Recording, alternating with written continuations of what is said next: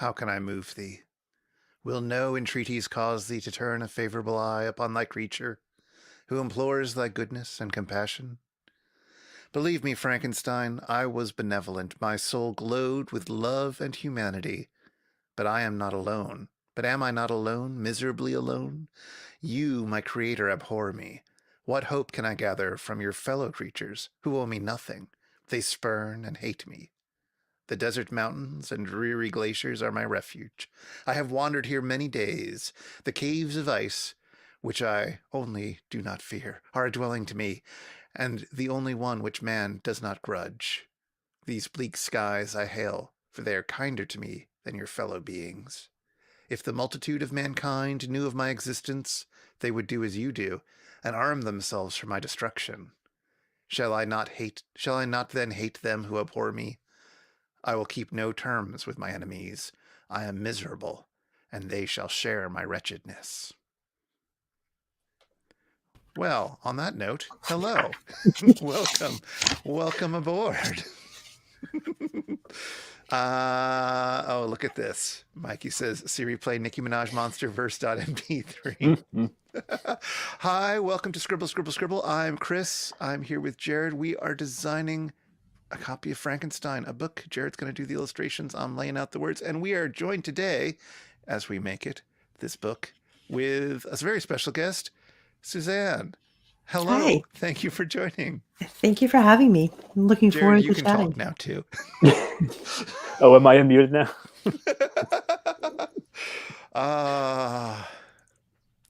Rawr. Hello, everybody out there. It's good to see you. How's everybody doing? I'm a little tired and headachy, so I apologize for that. We're getting into the season of short days and lack of energy, and a lot of people are played out. So it's nice to have time to do fun things together. That's true.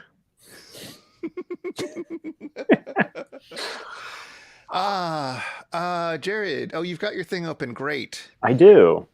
Shall we review the work we've done so far in case Suzanne hasn't seen some of it? Yeah. So here we go. Let's just see what we've got. We've got the cover first. I saw the episode when you guys were playing around with the letters. It's beautiful. Yes. And, so that's the cover we're thinking of. And then a little bit of this is sort of the Arctic. opening.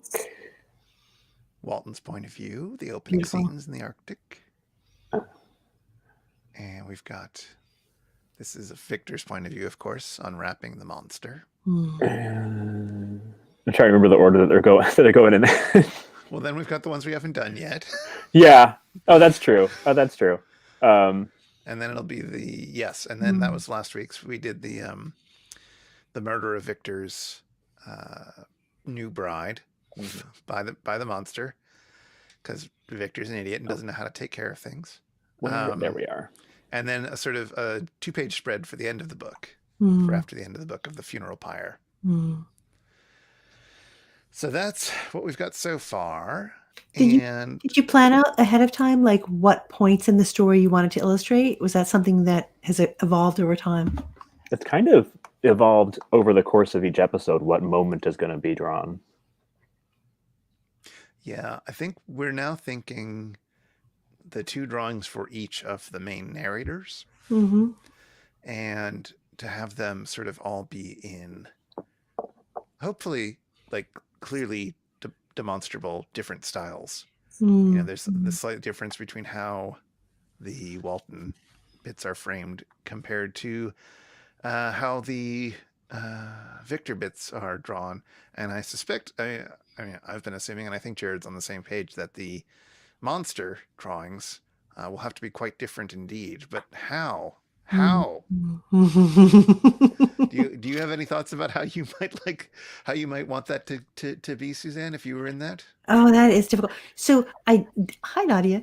I do have thoughts, but I first have a question with this last very beautiful image of the pyre, which I think would be an incredibly beautiful 2-page spread. I can see how that works electronically. What's that going to look like when you want to print it?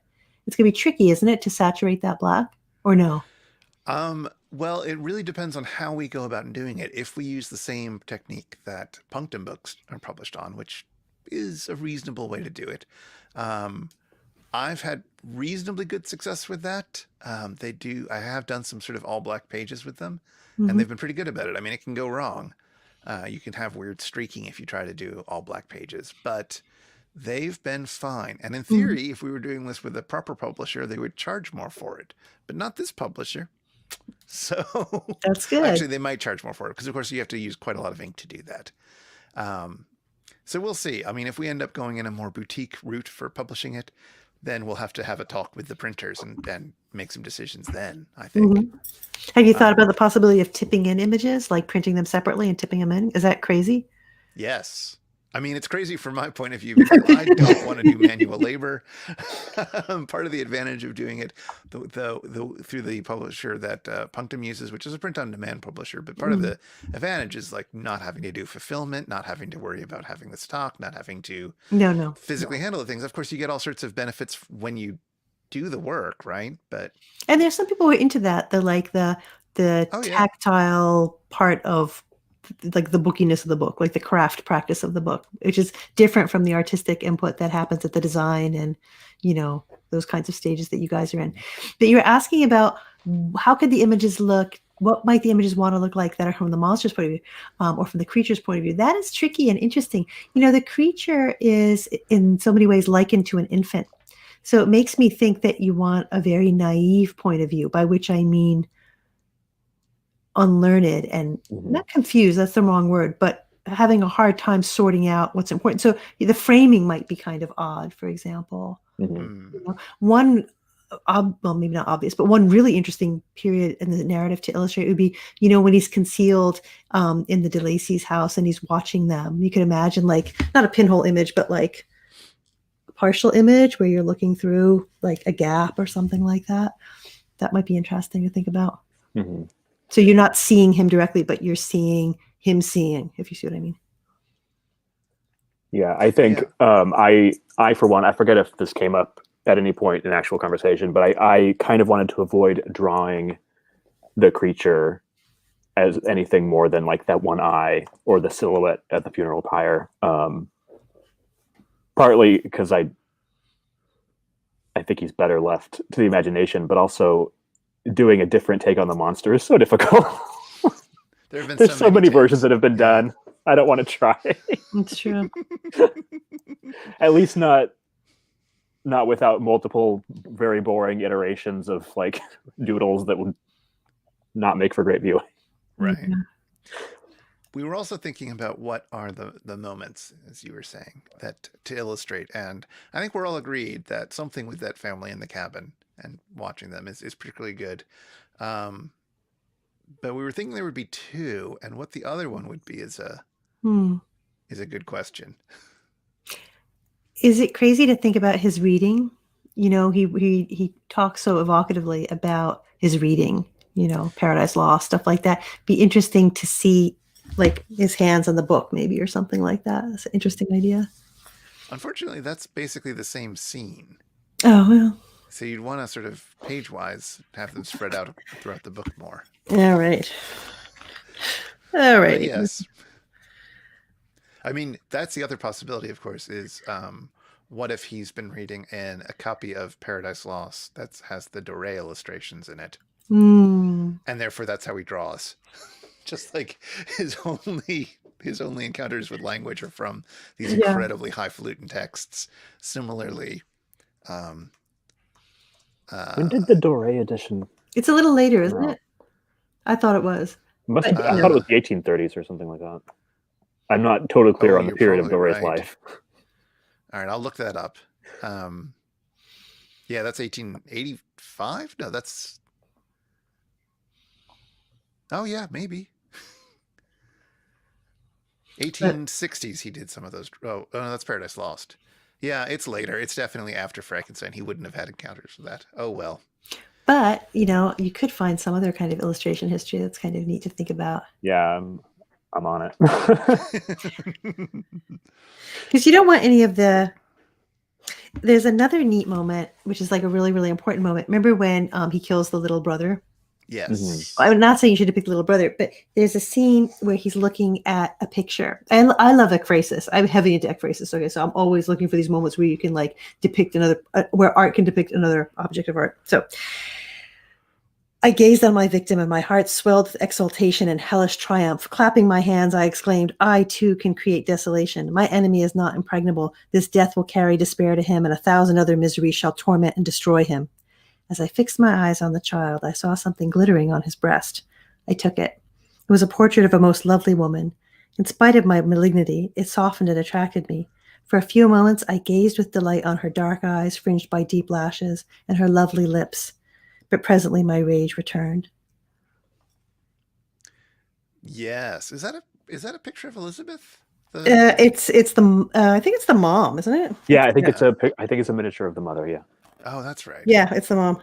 Interesting. That's kind of a neat moment, isn't it? It's at the end of chapter 8. This is still I sigh because my edition is chapter 8, volume 2. Oh God, I don't even know. It's this one. The 1818. Yeah. All right, hold on. Let me see if let's see if that is it.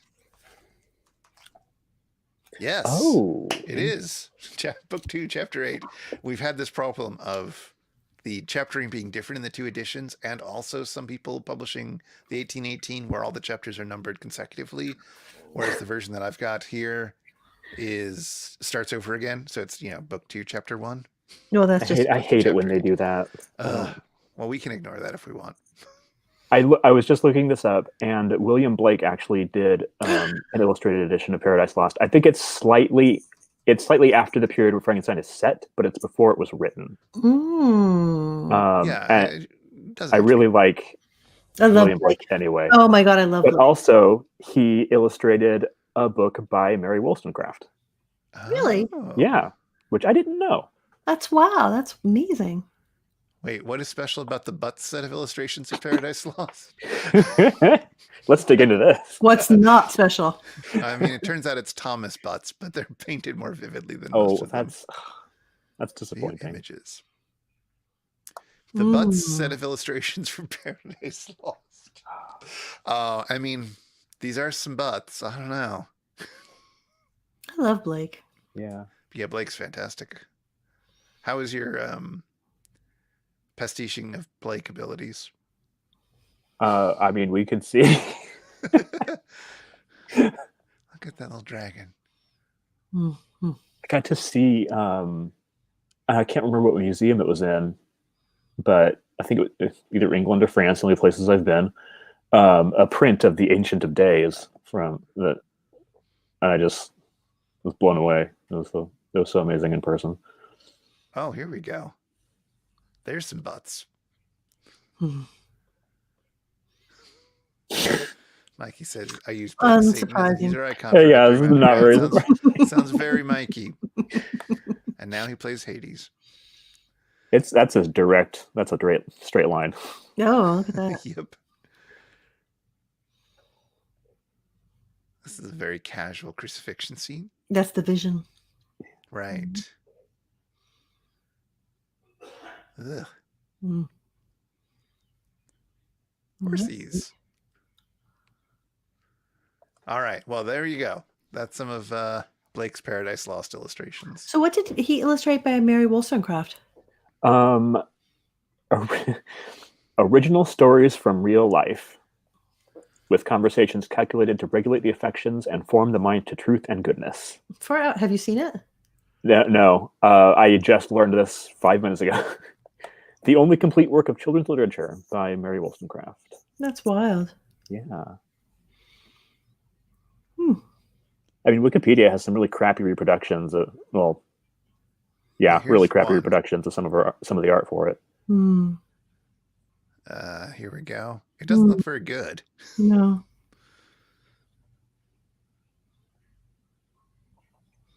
I know if I were a kid and I were given this book, I would. Someone engraved it poorly. Could be. That one's okay. She's fine. Is it unfinished? There's like that looks like an unfinished one, doesn't it? Yeah. So confusing. It's Let's make sure we get all the dog's teats. Ooh, it's kind of ominous. Huh, yeah. So weird. One of the things I love about Blake, I mean, he's a really interesting artist, really interesting poet, but I love the bookiness, like the way the letters are as much part of the art of the book as anything else. Like it's just all seamlessly shades from image to letter form to the poems, like whatever it is he's doing. I find that really, really neat. And like sometimes the tree forms that are doing all kinds of weird things around the page. Mikey says that all of these are ominous, which true enough. Yeah, it's William Blake. I haven't read any of his like I've seen illustrations of Songs of Experience, Songs of Innocence, things like that, which he illustrated, of course, and the text is sort of deeply woven into the illustration. And I've always wanted to sort of, read them in situ, so to speak. And it's not like the writing is that hard to read, but I find it all very distracting. It slows you down, right? And it's super distracting. And he also has these weird long epic poems like Jerusalem and Milton and America. And those are very, very trippy if you look at his layout. Mikey wants to know what your pin is, Jared. It's really close to the camera. It is a Luna moth, I think, but there's a figure in the middle and, moons and things. Ooh. It's very nice. I should find... I thought I saw my weird pin recently. Oh, well, my weird brooch. Very neat. So we need to get Jared to work. To get drawing. That must give some excellent stat boosts, says Mikey. I have a part of the same set is a butterfly that's actually wide enough that I can wear it at my collar. It's like a cool brooch thing. Choker? Or no, I'd like pin it to both lapels of a collar. Oh, one of those. Yes. Yeah. Yes. Which gives even more stat boost when we work that way. Fair enough.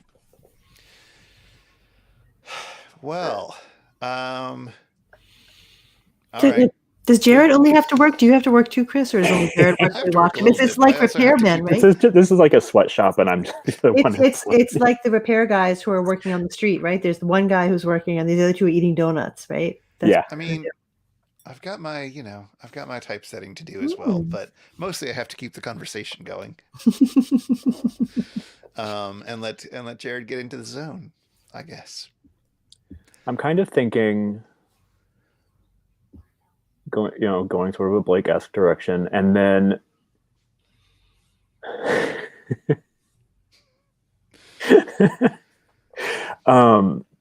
because the Walton illustrations are super stark with no midtones, and then the Victor ones are super zoomed in on different things.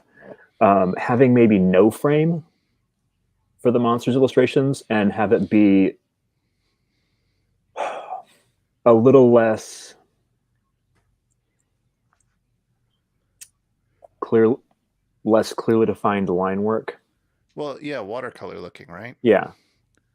Not quite to the extent of some of those William Blake illustrations, but right. Certainly more faded and grungier.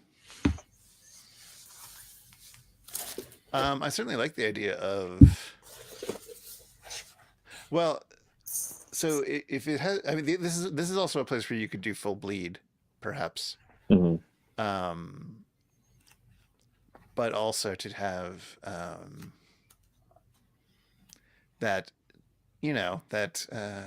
well, does this metaphor work? This idea of the poor distinction between sort of inside and outside, self and other.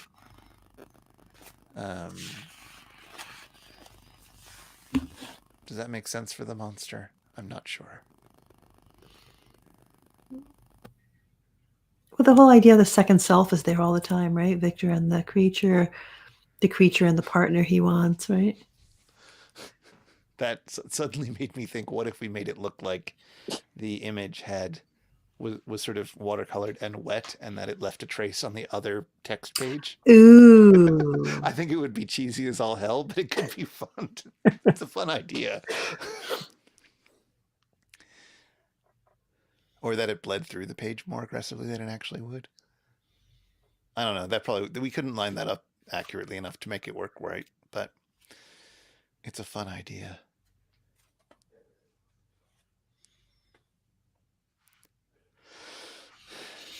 I'm just looking at this illustration again, and the way that they're sharing that apple. Mm-hmm. That's a neat one, huh? It's so I don't. intimate. Eve's not really into those. Well, yeah. He's into this, like, God, these apples are great. Yeah. Also, It was like on mangoes fire. in this illustration. He's sort of like he wants to touch, but he's not going to touch, right? And she's Yeah. like, "Give me that apple." Naughty, naughty. I mean, she's supporting the snake's neck. Mm-hmm.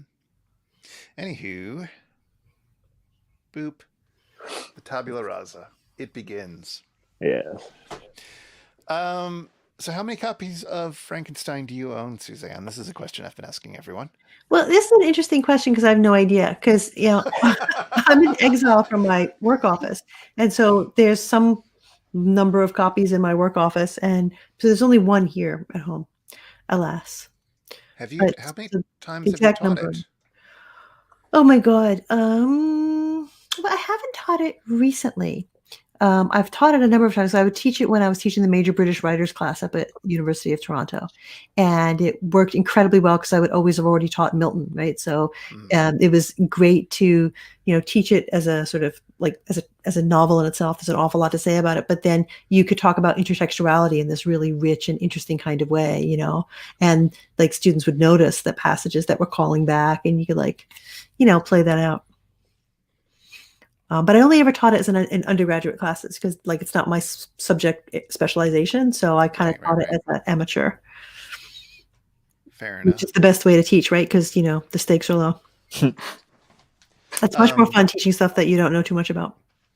I assume most of the copies that you'd have in your office library would be sort of, normal student texts, Oxford or Broadview or Penguin or Norton or whatever. That's exactly right. Do you have any particularly fancy or interesting editions? I don't have fancy editions of that. I mean, have fancy and interesting editions of lots of different kinds of things, but not of Frankenstein. For that, I just have the different texts, like the 1818 text, and then the later one, which is 30 or something like that. The later text. Yeah. So it's nothing interesting or pretty to look at. Nothing worth taking a second glance at. But I do like interesting layout. I had an idea, or a question, I should say, that emerges out of my own history of reading and really enjoying beautiful text layout.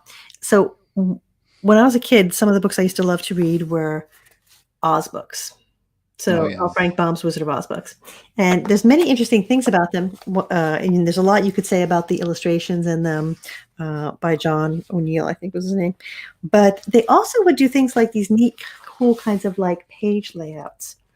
So they see things like this, right? So if you are out, stay there. If you are in, don't come out. Right? And then a little further down on a little silver plate just inside the tube was engraved, borrowed and built by Hirgargo the magician in the year of the world 196254778 for his own exclusive uses. So this idea of breaking out text as almost like a little sign, that is something you could also do if y'all wanted to. For example, here. What his feelings were, whom I pursued, I cannot know. Sometimes, indeed, he left marks in writing on the barks of the trees or cut in stone that guided me and instigated my fury. My reign is not yet over. These words were legible in one of the inscriptions. You live, and my power is complete. Follow me. Right? So you could imagine my reign is not yet over. In the page. Yeah. That would be groovy. That could be fun. Mm-hmm. One inscription he left was in these words: "Prepare, your toils only begin." Yeah, I haven't gone through the text that closely yet. I'm still in the process of just sort of adding it. But I love that kind of stuff. But yeah, no, that's It, always fun. Yeah, it puts you in a different space. Yeah, there's always an interesting tension between sort of wanting to keep the text classy in a sense, like not wanting to be cheesy with it, let's say, but also trying to get some of those effects just right. Yeah. But absolutely, there's some moments for intervention in fun ways. What was I? Yeah, I like that. I mean, it's interesting you say that you worry about it being kind of cheesy. Like I really like odd text layout. We were talking about this, you and I, not too long ago with regard to Delaney's Times Square Red, Times Square Blue, the kind of commentary effect Yeah. in the margin and so on. I love weird textual layouts. I don't find that cheesy at all. I mean, I guess, but that is the trick, like, or that specific example, cheesy. And I guess that is sort of the trick, is that you have to get it just right in some ways. Sorry, I guess I have to quit this and try again. I don't know what's going on here. Having weird problems with it. Big 2020 mood. I don't know what that's in reference to, actually. Big problems. Oh, yes. Mikey also says somehow accumulated 3 Broadview editions of Frankenstein over the years. I think because he was TAing the sort of a Western lit class. But it happened. Well, so I know that let's see. So there are different types of illustrated books, right? There are ones that are just have a few, sort of like the book that we're reading next for the Spouter-Inn, the Mahabharata, which at some point got some illustrations, and it's got, I don't know how many. I want to say it's got a dozen or so illustrations scattered throughout 400 pages of text that are just a nice thing to have. And, it's interesting to think about how they reflect on the text. There are sort of more aggressively illustrated books, like the children's books that I grew up with. I don't know if you had something similar to these, or if your kids did, but the Moby Dick series and the McDonald Land series, where every page, like every recto or every verso, I forget, every verso, I guess, was illustrated and had a little pull quote from the text underneath it. Like a lot of things I read first in that kind of edition. I had several of those growing up, which I liked particularly because I could lie and read them on one side and the book would be printed properly. That's and I could so just do good. a quick tilt to look at the illustration and then move on. It was so good. More books should only be published on one side of the page. That's wonderful. Totally wasteful, but it's excellent. And then there are texts where the illustrations are much more deeply integrated, or are sort of, I mean, even before you get to like full comic book adaptations, something like the American Quran, right? Which is a heavily illustrated version by Sandra Burke. Is that his name? Yeah. And that's almost a little bit like Blake, right? Where the words are part of the image, right? Exactly. Mikey says he's never TA'd such a class. Oh, who knows? They probably should be produced. You probably had one, and then by parthenogenesis, That's true. Each one created the next one. This is the problem with Frankenstein texts. It's true. It's alive. Okay. Wow, that was not that funny a joke. But it hit you the right way. I'm really tired. Fair enough. Cannibalizing the other books in the shelf. That's true. Some sort of, postmodern pastiche made up of the words of other books. I mean, those exist, certainly. I guess that's another kind of illustrated book, is the do you know a humumint? A humumint by Tom Phillips, who passed away not too long ago. It's sort of a project he was working on for all of his life, but he took this book, an 1892 novel called A Human Document, and took each page and made art out of it. Yeah, cool. And let's see if I can show this now. So here are 3. Well, these are very tiny now, aren't they? come on, there we go. Here's some good examples. Mm-hmm. And he would do all sorts of, like, each page is quite different. Mm-hmm. But he would go through and he'd find little, texts within the text. You can see you can see my arrow. Okay. You can see the sort of text underneath some of it poking through. You can see the bits that he left the text through that actually say things. The romantic life aims at striking a love match. Always they are right, the lovers jerking off. Mm-hmm. Um, and it's just a gorgeous piece. But That's awesome. he did it. He like made it through every page of the 300 something page novel, 400 page novel, and then just sort of started again, found more copies of the book, and he kept iterating over it. And several different editions of the complete text were published during his life. I've got one somewhere. I don't know where right now. I can't find it. But these are both numbered 136, right? So are these the same page? Oh yeah, you're right. This is the same page done two different ways. You're right.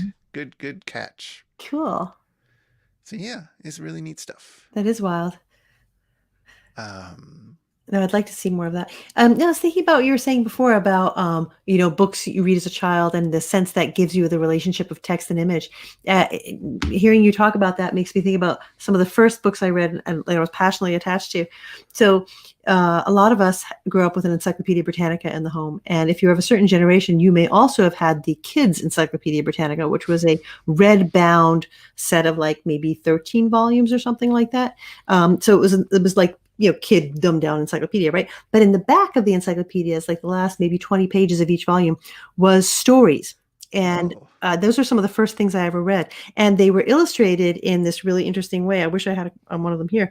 One of them was reproduced in How We Read as the front page to one of those essays. So you actually laid it out. Yes. About the library visit. Anyway, so they would be laid out, actually, so there'd be image, and then the text would be laid out on top of the image. And sometimes you'd have white space, but a lot of times the image would be covering the entire page with words in it somewhere. And so if that's your earliest reading, I wonder if that kind of gives you a certain horizon of expectation about what images and words are supposed to be doing together. Well, I think, obviously most kids grow up with children's books, which are often illustrated, right? And yet at some point we sort of tell them, nope, no more, you're done. Which is unfortunate. It is. And we confine the images to just like, 4 or 5 full pages, right? Like you get weaned off them. It's very depressing. Yeah. Okay, hold on. We got some comments here. Nadia has a human as well.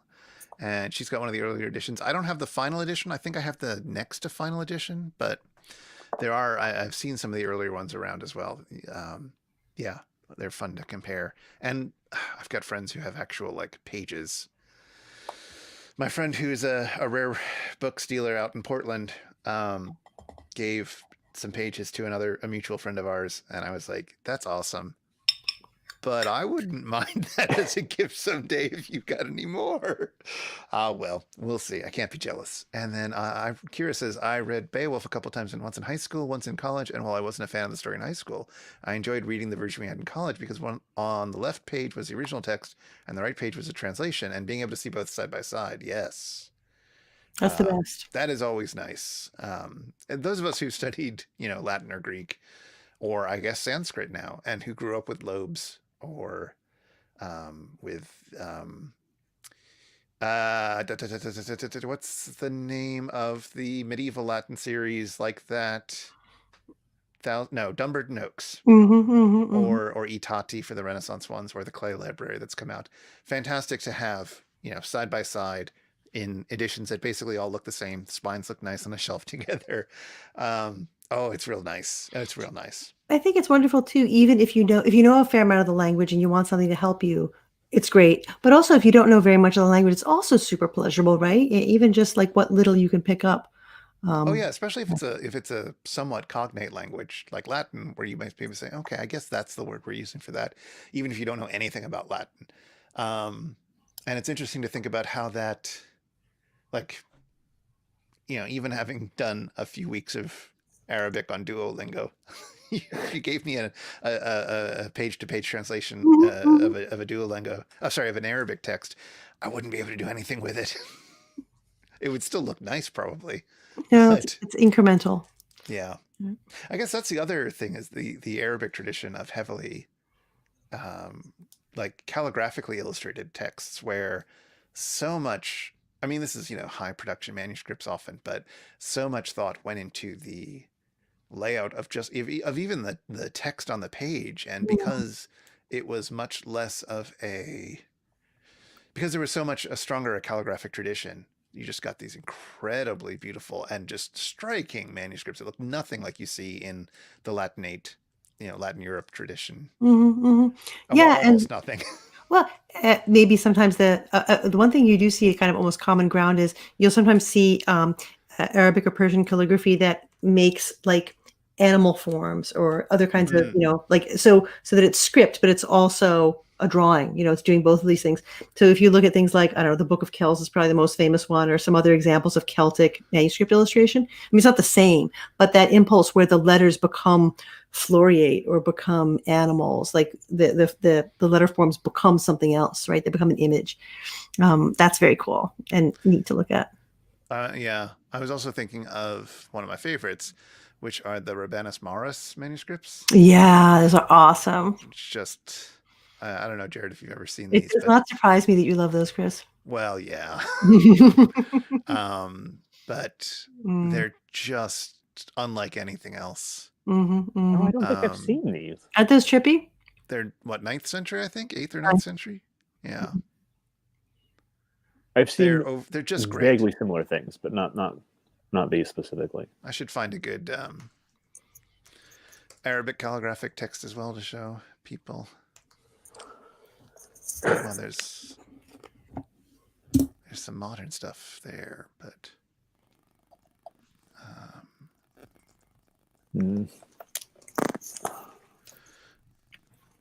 do you just looking for well, this is all modern, but that's okay, it's still great.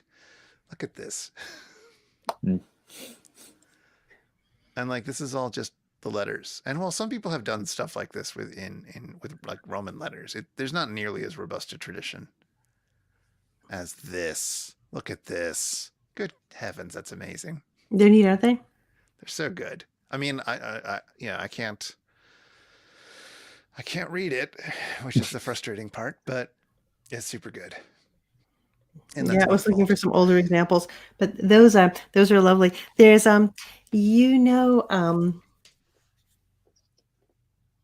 Attar's Parliament of Birds, right? Yeah. I don't know it super well, but yeah. So there's a like an animated, I'm trying to remember the name of the artist. I'll see if I can find it if you want it. There's an artist who did an animation of it where the birds are made up of the letters that make up their names. So it's very cool. I don't know. I'll see if I can find it. I don't know how I'll show it to you, but you can just send the link in the Slack or something. Okay. Here we go. Here's something called Simorgh, Simorgh. Okay. Here's a calligraphic lion from back in the day. Just neat. But that's not what we're doing. No, but But it's interesting. Oh, Simorgh animated? Yeah, I think that's it. Oh, yeah. That same thing? I think that's what it is. Yes. It's kind of cool. I'll put the link in the chat for anybody who wants to see it. I guess I'll show you the page. I'm not going to play the video because that starts getting a little problematic. But, it's worth a look, though. You'll like it. Yeah. But for those who are watching live on the Twitters, it's right there. And if you I really like the way this is framed with all the, the accolades, that it looks like a manuscript border, just the way that they've done it.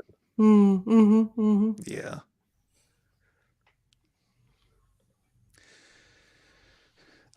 So now when you're looking to buy books, do you get particularly excited about illustrated editions of the classics, let's say?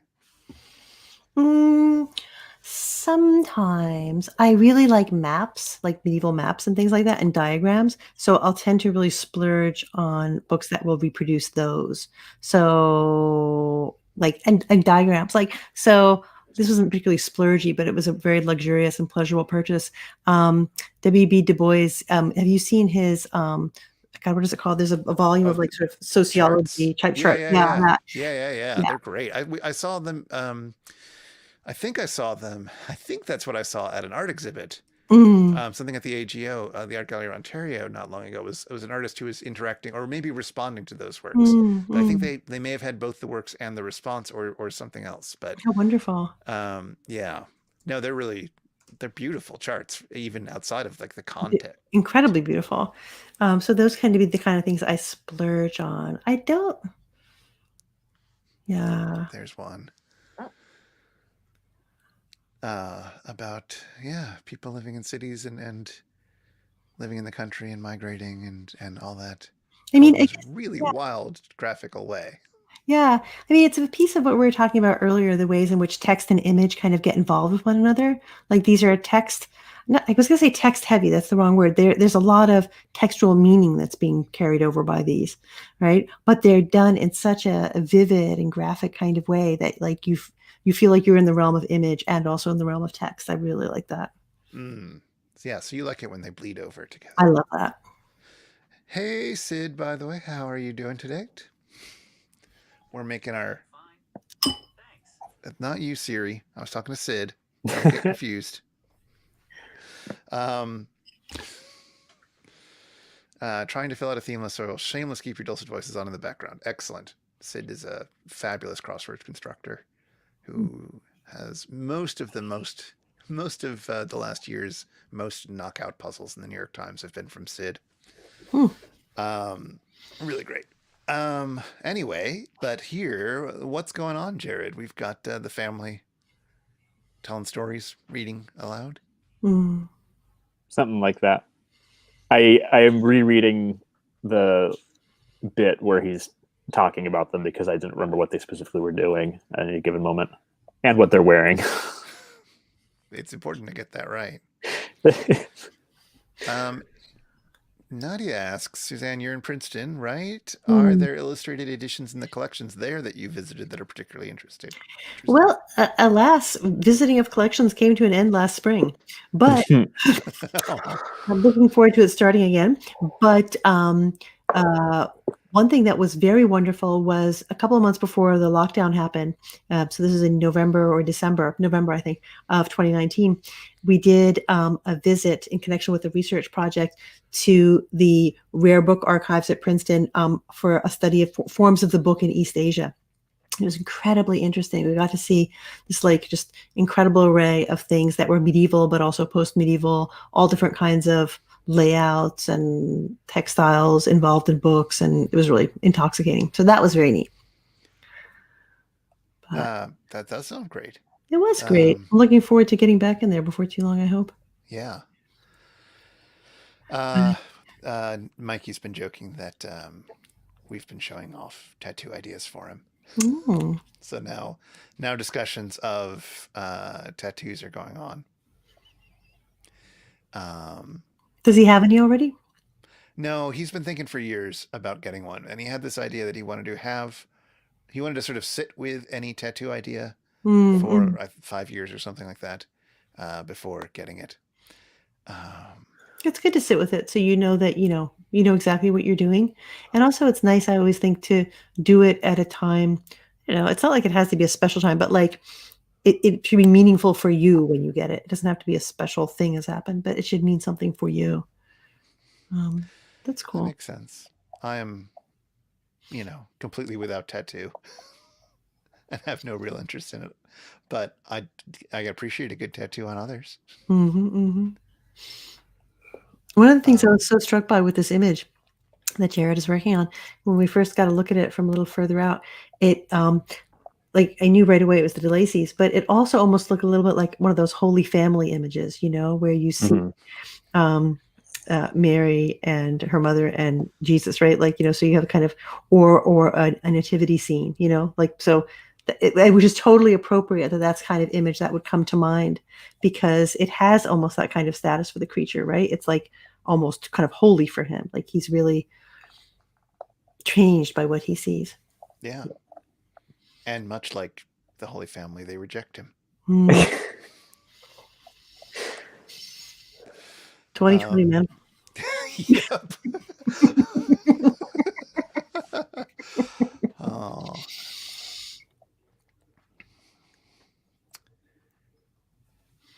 Jared, have you done a lot of sort of digital watercolor before? Not precisely. Thank you, Sid. I've done some digital painting, Right. but not like watercolor-esque, and it's not something I've practiced an awful lot. So I've mostly done like actual watercolors. Yeah, I was going to ask, what media do you mostly work in, Jared? Well, actually, mostly digital. But when we record, as some people watching may know already, when we record by the bywater, I do draw during it to help focus. And I always use either watercolor or like Sumi ink for that. So either digital or watercolor is what I do. And that's Jared's Tolkien podcast, just in case anybody out there listening is a fan of Tolkien and wants a friendly monthly podcast to listen to. You can hear Jared talking about Jared and some other people talking about all things Tolkien. They're important too, I guess. Yeah, I guess. They're not here. Not today, anyways. Although we definitely should try to get Oriana on here at some point. Yeah. So, Jared, you have a lot of fondness, not just for Frankenstein, but for the other novels by Mary Shelley, right? For one, I haven't read them all. I've read 3 of them, and Frankenstein and The Last Man are both really incredible. Mm-hmm. So, yeah, a lot of fondness for those 2. What was that, Chris? What was the third one you read? Valperga. Oh, and that was trash. It's not great. It's more fun to talk about than to read. Nice. That's good too.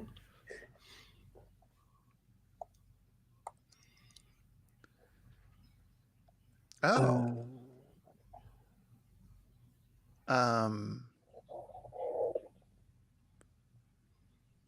What the heck were people wearing in the late 70s? Shelley would write short stories to accompany prepared illustrations for gift books. So I guess writing short stories that responded to illustrations. For gift books, like gifts to other people? I guess. That's interesting. This is just on the wiki. I was just looking for her list, and I saw the image, and that was what the caption was, and I'm trying to figure out what's going on with that now. But it gives not much information. So you said earlier that you guys were thinking about the possibility of doing other books by Mary Shelley, but another possibility was doing other kinds of books. Are you especially interested in 19th century books? Like, what are the possibilities on the horizon? Public domain, basically. Public domain, yeah. Of course. There was, which includes some of the Oz books at this point. So that's true. That would be very cool. And also included, well, there was some debate about this, and the copyright's never entirely clear, but who was it? Which mystery writer was the one that we were talking about? Dorothy Sayers? We were, but she specifically was not in public domain. Well, there must have been. It got super complicated. Her estate says that she's not. Oh God! But if you look at the numbers, it doesn't add up. Some of them should be in public domain in at least some countries. Her stuff comes out in the late 20s when it first comes out. Yeah, but that is when you have to start like worrying. So it probably is not in public domain in the U.S., but it probably is in Canada. It's that liminal space. That's but anything cool. Public domain that we have easy access to a text of would work. Is that somebody you'd like to do? Is that why Dorothy Sayers came up, or? I guess so. I can't remember why that particular example came up. I think did somebody suggest her for it. Oh yes, that's right. Natty was reading a Gutenberg edition of Sayers. Would I mind bumping up my mic volume so I could be heard better? I can do that. We have the technology. That I can do. Give me just a second to look at what's going on, and I can absolutely tweak that. Oh, I thought I could. Ha ha ha ha ha ha. Hold on one second. do, do, do, do, do, do, do.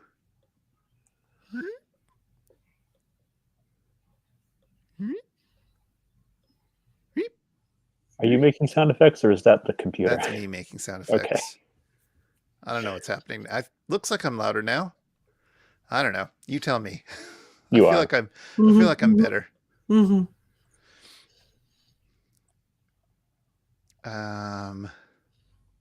So sorry, there was another question. Nadia asks, Jared, which do you prefer, digital or paper, or do you have a preference?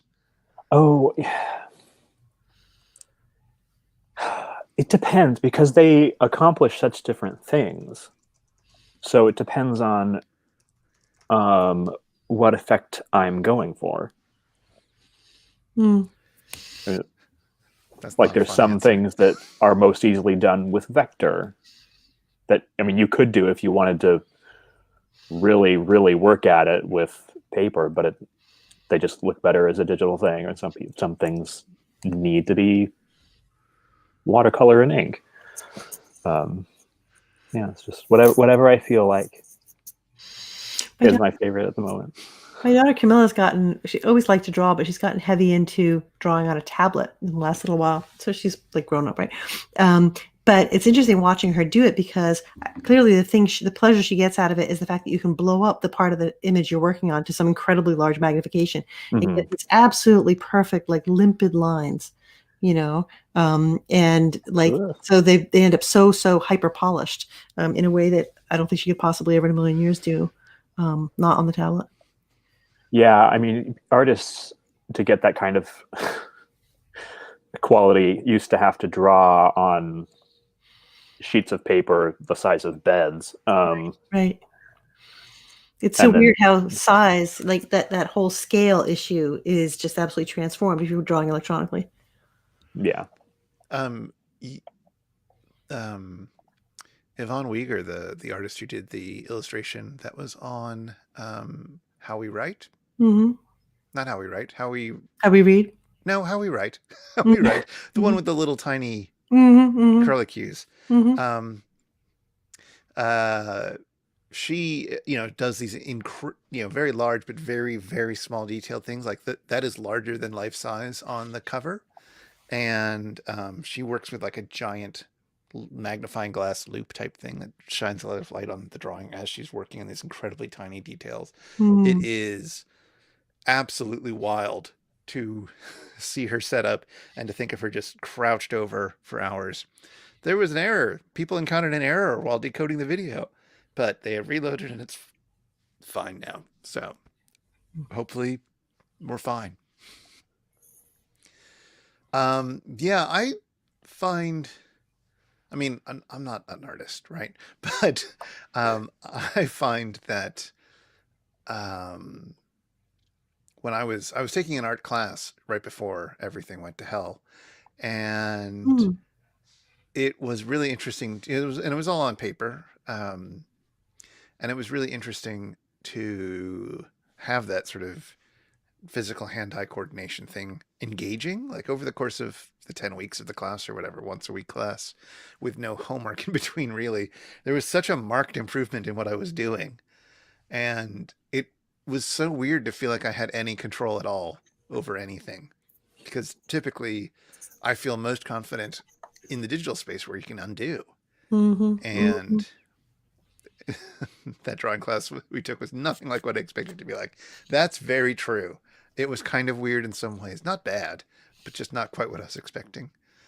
And that it was really like attempting to introduce you to all, like, this week we're going to do something completely different, and this week we're going to do something different, and this week we're going to do something different. And most of it wasn't drawing per se. It was like, now we're going to do what happens if we start, we're going to color the canvas entirely black, and then we're going to erase and add color. It's like, okay, cool, but there you go. But anywho. So Jared, when you draw, do you feel like you're adding something that's not there, or making visible something that is there? Hmm.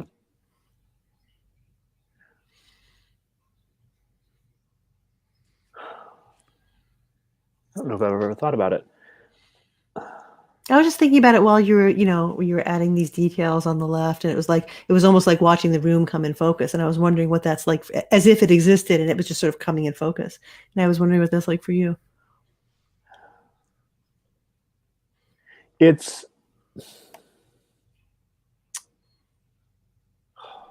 I have heard people describe their process in both of those ways. I think for me, it's more like transferring. Like I have an idea of what I'm going for, and I'm not uncovering it by drawing, and I'm not adding it to anything by drawing. I'm just moving it from one place to another, if that makes sense. Yeah, no, that's really interesting.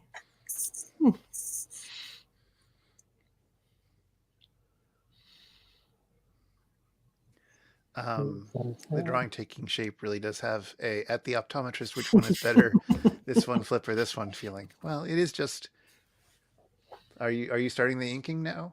No.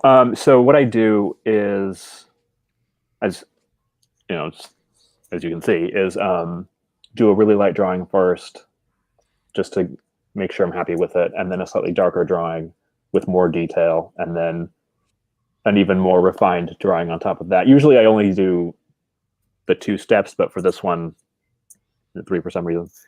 So I will actually ink on top of this, what I'm doing right now. The finer. It's always interesting to think about this idea of the sketch and then the more refined sketch and then the actual, series of steps that go into inking and coloring and whatnot. And to think about that in terms of analogs of writing, like there's sort of the outline, but that isn't quite the same as what the thumbnail sketch looks like. And yet it's hard to imagine what that would be if you would write sort of, I guess that's sort of what the what a sort of abstract or grant proposal, if you're doing sort of academic writing, you're doing,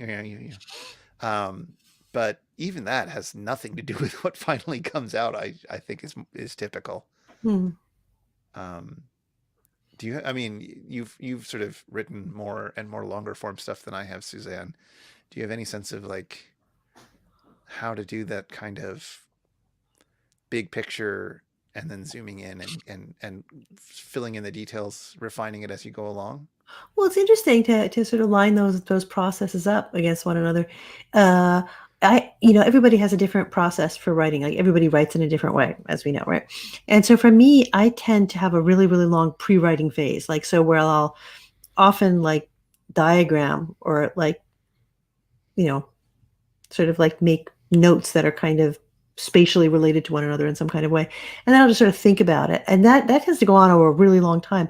And so when I finally actually write, I don't end up revising very much just because the pre-writing stage went on so long. And the pre-writing stage is something that for me is very, very spatial. Like I really am always thinking about how the different pieces of an argument or an article or a book or whatever, or a collection, right? How they look relative to one another. Like not just the logical sequence, but like balance and how they relate to one another and are there connections. And so it's obviously not the same thing as composition that happens in the process of drawing, but this spatial quality of it for me seems very resonant.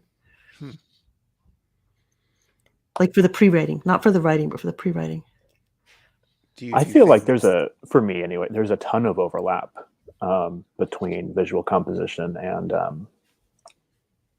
literary composition.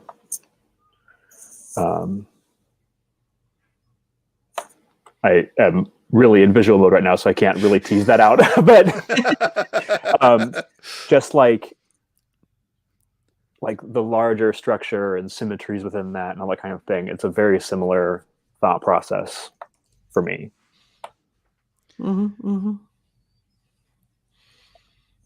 I doing? Certainly in terms of my thoughts about proportion and scale and composition in certain ways, I find these, to be entirely transferable skills between between literary writing and between even musical writing and artistic creation and podcast making and all that sort of stuff. It all feels like it's tapping from the same sort of well, but I don't.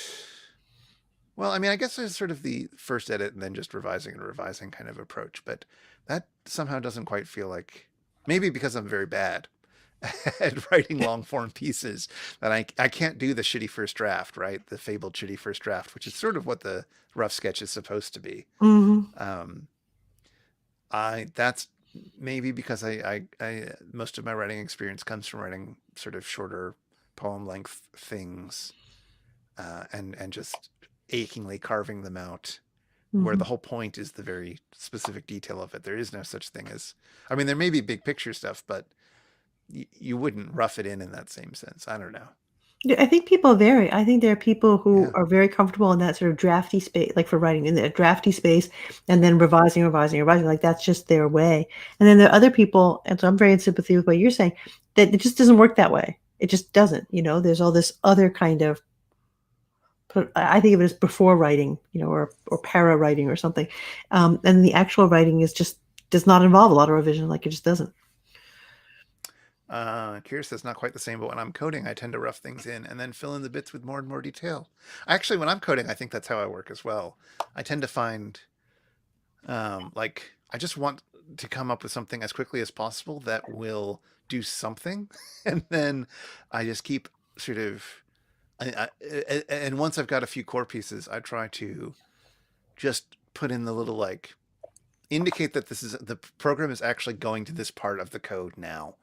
And then here's a thing that it can do. If it's trying to, I don't know, if I'm trying to make it do a complex series of operations upon a piece of text or whatever, I will just have it do a simple one first. And then, of course, increase the complexity, get every step in and constantly be iterating and thinking it through. But, you sort of have to get the core workflow going first, I guess. That may be, I probably work on things that are significantly less complicated than what Kira works on. But yeah, it feels like because there's such a different kind of experience with the output with coding, that kind of thing makes sense. Although Sid says when I'm coding, I procrastinate until the deadline and then suddenly write everything in a flash of panic. So I have no idea what my approach is. Fair enough. That's also a good way. That's much more like how I would write papers, or talks. I never got to the point where, which I know you've done, Suzanne, of writing a talk on the plane out to the conference. Yeah. I mean, my world record, I shouldn't really be saying this, but my world record amongst ourselves is, this must have been like a year and a half ago or something. I had to give a paper in Berlin. So did not even write it on the plane. Did not even write it on my first day in Berlin. I wrote it between about 10 o'clock at night and about 7 in the morning, was giving the paper at 9 a.m. Yep. Yeah. Actually, the paper was really good.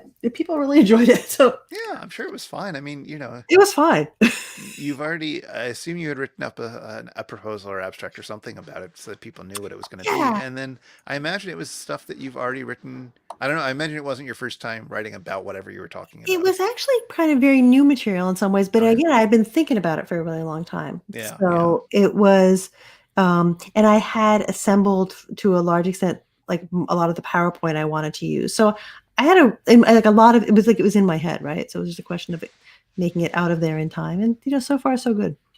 Yeah. I assume you cannot do that forever, but we will see. Well, you haven't done it for everything that you've done. So. Huh? You haven't done it for everything you've done in your life, I suppose. But if it works, you've had a successful career. Well, it's actually kind of funny, I'm reflecting on this business about writing and thinking about it as in parallel to what, the work we're watching Jared do. And, there was because your writing changes over time, right? As you learn how to do different kinds of writing and you get, you I don't want to say you hit a wall, but like your writing changes. So for example, when I remember always saying this to students, who would maybe be really good at writing undergraduate papers. They'd get into graduate school, and all of a sudden they'd hit this kind of wall where they were trying to write longer kinds of papers that were more like sort of proto articles and not what was a really great undergraduate paper. So they get into this kind of lost zone, where they could no longer write the old kind of paper, but they couldn't quite yet write the new kind of paper. And the same thing would happen again a little further on for students who are doing their PhD when they try to write a dissertation chapter, because that is also a different thing. Uh-huh. So they no longer could write the old kind of thing, and they could not yet write the new kind of thing. And anyway, so I've been through all these kinds of things, right? And then so I got to the point where if I wanted to write a talk for a conference or a short article or something, it got not automatic exactly, but like at a very clear sense of the structure. So it'd be like, beginning, middle, and end, the handful of quotations, you sort of put that all in order, and then, you've got the relationship of all the quotations to one another, and then you just sort of flesh that all out, right? And that might vary depending on the exact topic, but it's like kind of a formula. But over the last few years, I've been reading stuff and like paying attention to things that have pushed me in slightly different kinds of directions. And I think Sorry, Sid. Oh, sorry. Oh, sorry. Oh, I'm so sorry. Don't. So I think the stuff we were doing on the Spouter-Inn has been part of that process. But even more generally, some of the things that I've been reading and we've been reading that think about, we've talked about oratory of Lee Maricle's writing, and the whole idea of, what's spoken and other kinds of knowledge keeping and knowledge production, and how that might shift the ways in which we talk and write about literature. So my writing's been getting all messed up. And I hope it's productive. Yeah, no, I know it's very interesting. Good. My work is done. So, but I think it's going to end up in a different spot. So I'm kind of pleased about that. Mikey says, I used to hate and resent being made to explain what my paper would say before I wrote it.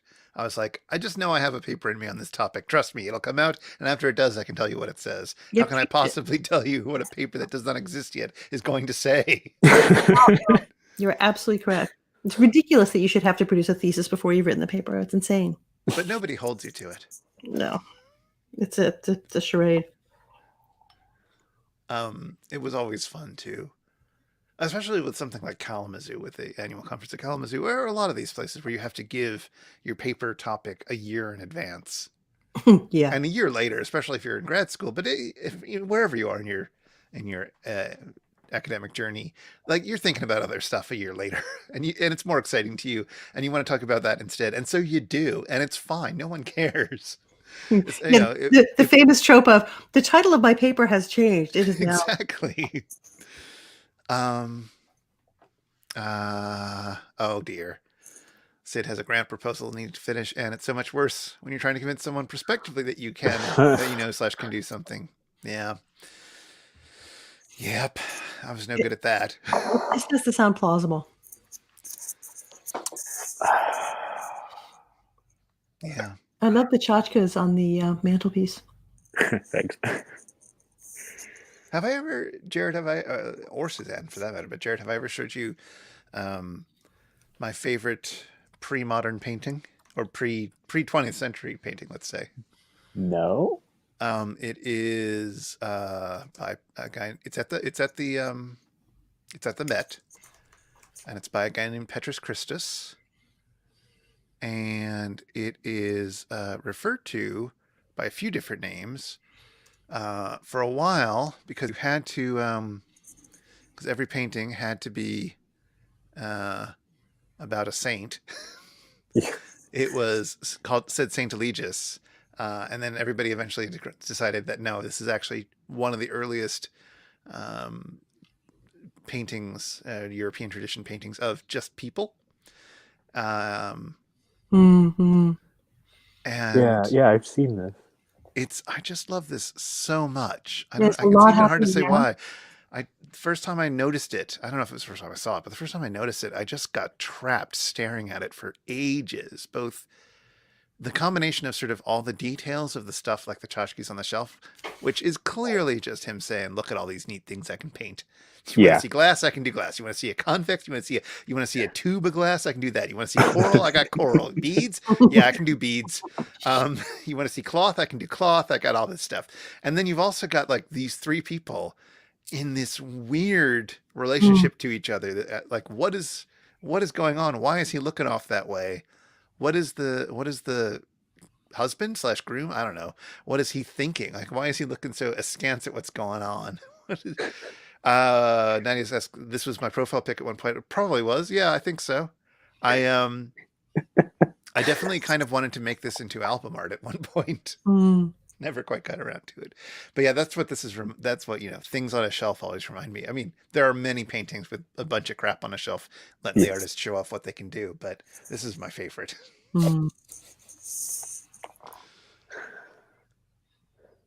I always love that really early painting, not the earliest like 14th century, whatever it is, where they haven't figured out faces quite.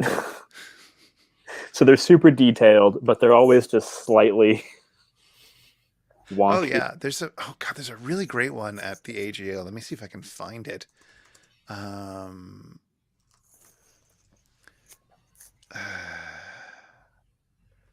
What is it called? No. It's Christ tipping over the money changer. Christ with the money changers.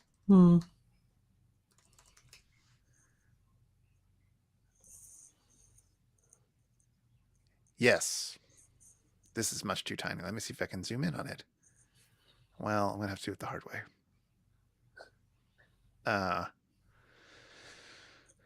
But here we go. Oh, dang. There's a lot of stuff in there. There are some faces happening here. It's so good. There's so much. So in addition to like weird Jesus face, and then everybody's got these like weird angle faces and so forth. Like, possibly this was meant to be seen from a very high up or very low down angle or something, because that is a thing. Even so. And then you've got this like these goats that are at the bottom here, which are staring right at you. There's miniature goats. They're teacup goats. They're adorable. There's like rams and stuff like that. Yeah, it's wild. Tiny little rams. I love this painting. It's a little disturbing, to be honest. Sorry? It's a little disturbing, to be honest. It is. Like, what is that guy doing up there at the upper left? Oh, yeah. The upper left. This guy up around here with the sort of clinging onto the... there's one on either side. And it's just like, are these meant to be architectural details or are these people? Like, there's one on all of them, right? Yeah. Sort of in the middle here. There's somebody, he's got the ram who's also looking straight at you in the center of the painting on his shoulders. I love how of course, there's a whole other scene happening in the background for some reason. I love how unengaged Jesus is right here. He's just like staring off. He's like distance. But he's got he's whipping. Like he's got a whip in his hand or thrash or whatever. Going down. It's so good. It's so wild. Also, this is a tiny little baby right there. Over by the money. What is happening with the fellow in the very middle is his face pasted on from someone else's. It looks like it, isn't it? I don't know whether you mean the guy with the goat or the guy sort of covering his eyes, but both of them are still, or even the guy between them, who's also kind of weird. But they're all wild. And yet there's still sort of, let me show you some little crap I can do as well. Here's money. I can do money. I can do books. Yeah, and it's got one of my favorite things to find in paintings, especially medieval paintings, fake writing in a book. That was a whole chapter of my dissertation. The ram saying, I bet you're wondering how I ended up here. All right. Is this the inking? Yes. Okay, we're doing it. And it's already looking a little wonky, so I'm going to flip the canvas. Oh, yes. Because I forgot to do that before. I don't know what the writing equivalent to flipping the canvas is. Proofreading from back to front. Why do you flip the canvas? So when you draw, I haven't looked into the actual physical or psychological reasons why it happens. It might be because of just dominant handedness or something. Faces especially tend to skew slightly. Oh, interesting. So and you don't notice it because you're, I don't know, oblivious to whatever your hand is doing. But then when you flip the canvas, you're literally seeing it from a new perspective, and you can fix any errors like the eye towards the edge of the face here is slightly higher than the other one. And move that down a little bit. That's so cool. From what I've seen of it, it seems like it's not uncommon if you're doing this kind of art and you flip the canvas to find out that the person you've drawn has a mighty lean going on. Yeah. That they've sort of got all their weight on one side in a way that you didn't realize was happening. And as soon as you flip it back, you see it. But because you're so sort of acclimated to what you've drawn, it's a way of defamiliarizing the text, right? And then seeing it with fresh eyes and being like, oh no, that's not right. That's neat. So I guess the writing equivalent is just putting it in a drawer for a year and coming back to it. Not that everything has to have an equivalent, but it's just interesting to think down those lines sometimes. Well, there are like sort of spatial kind of, I don't know if this is an equivalent or not. So if it's hard to revise something, if there's a piece of writing, but it has to be revised, it clearly has to, but it's just very difficult to do. The way I will deal with it sometimes is to print it out and cut it up into pieces. Oh, yeah. Like, and you should just be able to cut and paste right on the screen, but I just can't hold it all in my head. So if I print it out on paper, I can then actually see the whole thing, and then it can make sense. Which is not the same thing as flipping it, but it also is kind of a spatial means of sorting out something that's gone wonky. It's definitely, I mean, just sort of from an editor perspective, telling people, I don't know, it's just being able to say like, oh, what if you got rid of that paragraph? And suddenly it changes the writer's sense of like what's going on. And even if they decide to just alter the first paragraph or whatever, or whatever the example is, nevertheless, you've caused them to re-examine something fundamental about how this is operating. I don't know. Usually you're right to get rid of the first paragraph.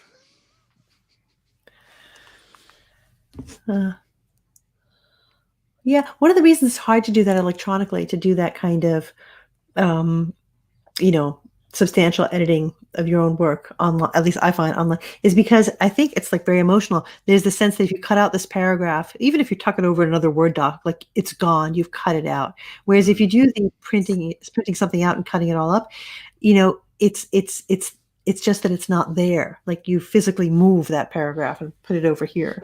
I know it sounds really insane, but I think it is quite emotional. At least the connection you have to a thing you've written. It's not just intellectual. You kind of have to disentangle yourself emotionally from it.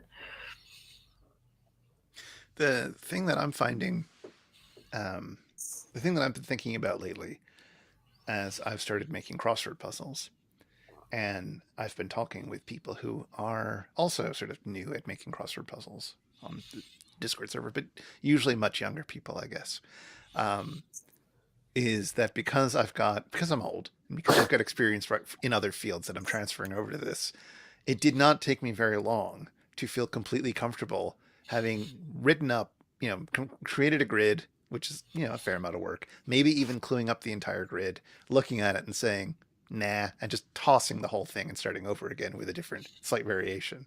Like, that's fine. That is something I expect to go into it.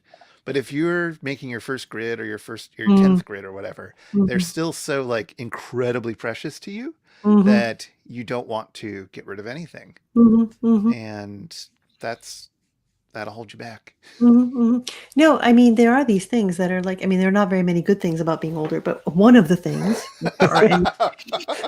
is exactly that, it's like sense of perspective. Like you said, you could throw it out because you can just make another one. Yeah. Here's the same with code, and absolutely like transferable skill, anything. I've put all sorts of time and energy into stuff and then been like, nope.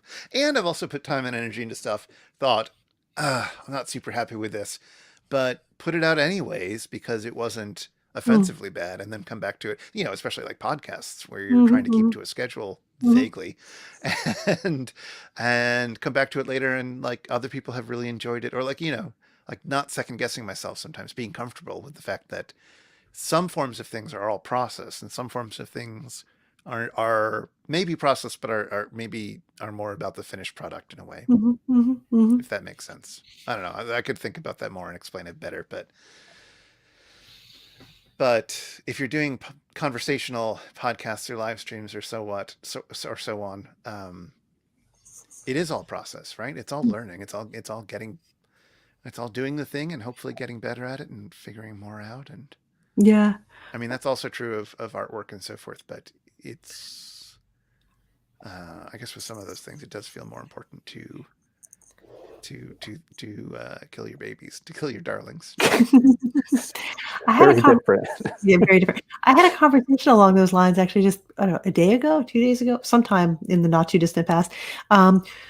Some people who do a project called Holding History. It's about sort of public history outreach, right? And they do a whole range of kinds of things. They're starting up a podcast, and so they're interviewing some people with regard to libraries and sort of their experience in different archives. So they asked me to do, I think, their first recording. They're trying to accumulate a little bunch of recordings before they put out a bunch, and they figured I must be experienced. I must sort of know how to do this. I figured I was a good person to start with. I'm like, sure.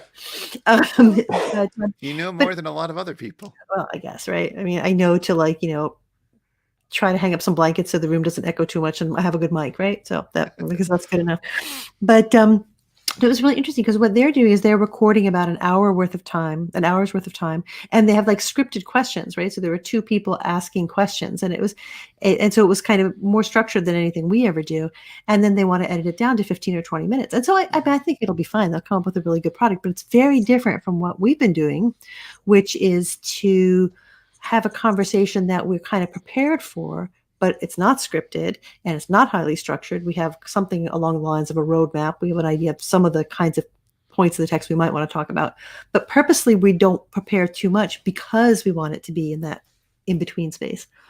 And that was interesting to talk to them. They're doing something quite different. Yeah, they're doing much more of the sort of NPR-esque model, and that's fine. It's a very different type of podcast if you're trying to emulate that kind of podcast. That's the way to do it. You go out and you get a lot of tape, and you find the best parts of the tape, and there's all sorts of guides. We did a little bit of that. Nadia and I did something like that for one episode of her podcast, The Opposite of Lonely, where we went out and interviewed a bunch of people and then sort of went through it and found the good moments. And it's interesting. Like, it's a lot of work. It's a lot more work than what we do in some ways. And I like what we do. I mean, it's a different thing. Yeah. It's a different space. I like that. No, I am far more interested in conversational podcasts than I am in that sort of highly produced. I don't know. I don't know. It's a different thing. I would find that to be an awful lot of work, whereas I find what we do, I mean, it takes a certain amount of time, but oh yeah, it's fine. I mean, it absolutely repays the time you put into it. Mm-hmm. Yeah, exactly. But one of the appeals to me about that format or that genre has been ongoing conversations between people that are not heavily scripted. And so while a nice, documentary or essay or whatnot can be nice, it's just not really what I turn to this medium for. Mm-hmm, mm-hmm. And that doesn't mean anybody else should feel anything one way or the other. There's a lot of different ways of doing it. Yeah, just as long as they know that that's not the only way. That, Radiolab is not, or whatever, or Serial isn't the only type of thing out there. Yeah, it'll be interesting to see. Do they I find if you're going to do that and you don't have all the budget in the world, it's important to sort of have a limit. Like, we're going to be doing a season of 10 episodes or whatever, or 4 or anything, just to know that, like, this is how long we're going to do this. And then we're going to sit back and think about what we're going to do for the next big batch of things. To me, that seems like the only way you can do that without a tremendous amount of funding. Yeah, no, they're doing it in a season kind of way. They're also getting some external funding for like public humanities kind of work, but they also have a program.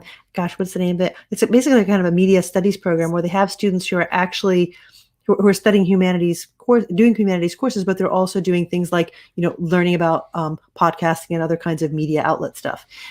So I suspect they're going to try to use this podcast series as a way of bringing students into the process of actually making podcasts as well. So it's going to be kind of iterative in that way. I think that can be really interesting. Yeah. I mean, it's not the space we're in, but it's neat that that's happening.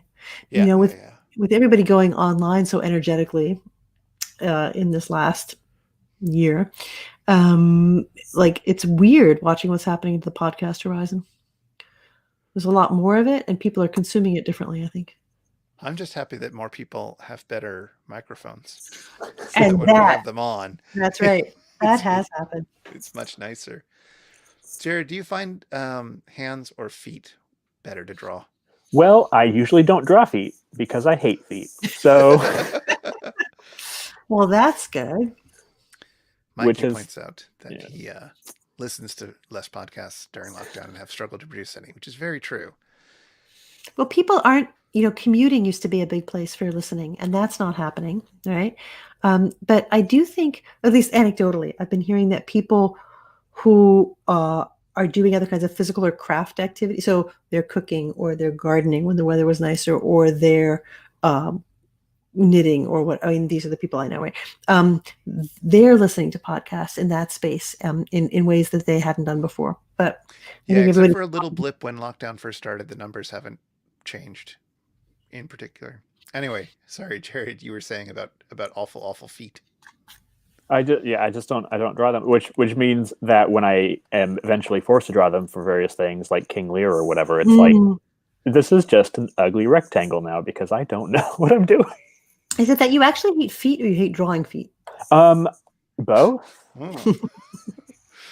It's reasonable. I knew somebody in grad school who also hated feet. He was really emphatic about it. I was like, okay. They're just weird, and they're such a weird shape too. I mean, hands are hard to draw because they're expressive, and it's feet are not expressive.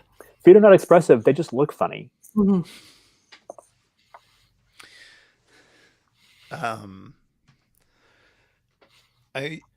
There's a common idea that somewhere around age 11, 12, 13 is when people lose their interest in drawing, or lose like the ability to draw freely, and they become super self-conscious about it, like they become about everything else often. And I remember 7th grade art class, there was a draw your hands exercise, and I think there was also a draw your feet exercise, and I don't remember which one of those was the one that finally did it, but at a certain point in one of those two exercises, I was like, nope, done. I have no interest in this. And, I just stopped doing any homework for that class, which was not atypical of me at the time.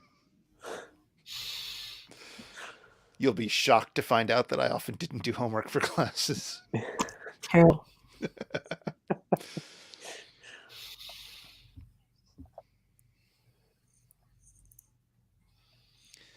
But also, one of my best friends around that age was one of those people who was just preternaturally good at drawing. So there was that. There's like, well, if I can't draw an elephant to look as perfect as his, then why bother? I want to do something else. Well, you're right that it's in that age that we kind of identify things that we're good at or not good at, and we reject the ones that we understand ourselves to be not good at, right? It's a shame. Yeah, I used to think around that age, and then for an embarrassing long time afterward, that if it didn't come naturally, that meant that I wasn't good at it and never would be good at it. And nobody ever bothered to tell me differently. So it wasn't until like college that I was like, actually drawing people, hands, faces, whatever, it's not difficult exactly. You just need to work on it. Yeah. It's not a matter of just being naturally good at something. Yeah, I just didn't put in the work when I was 7, like my friend had. I mean, he may have had some sort of, there may have been some small amount of natural stuff, but this is all learned stuff as well. And I did not spend any energy of my childhood learning it. Mikey says one of the curses of being a gifted kid, you don't always learn how to work for something. Yeah. That's also true. That's also true. But you know what? Still turned out pretty awesome. So suck it.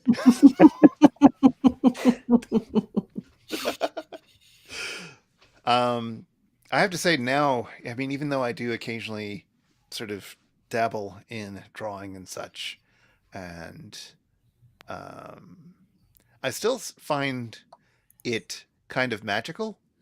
And so I'm constantly torn between wanting to explore this space more and also wanting to keep it this magical thing that friends of mine can do that I can't. Like, sort of be humble about it in a sense, but also just be awestruck.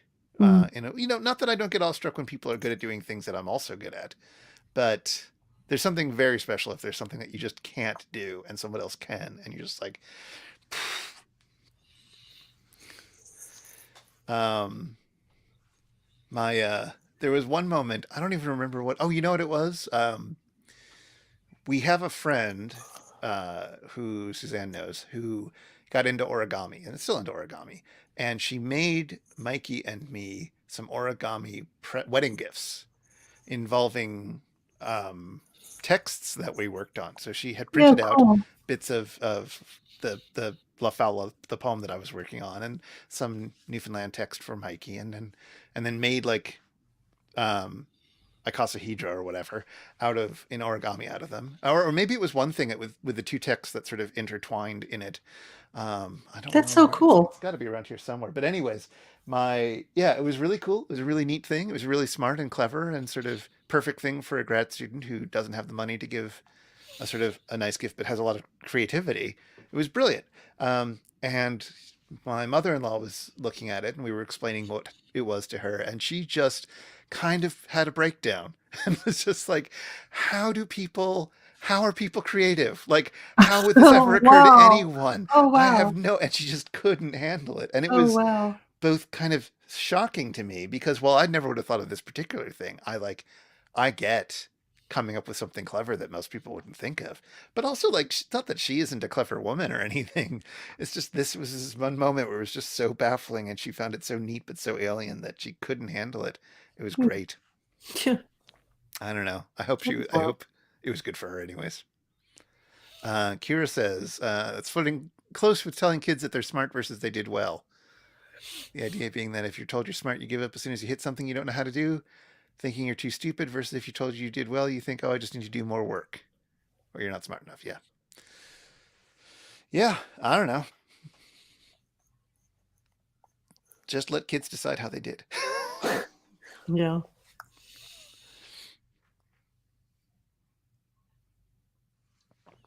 Oh no, is this hair giving you trouble? Little bit. Well, It's been a long time since I've drawn a braid, so hmm.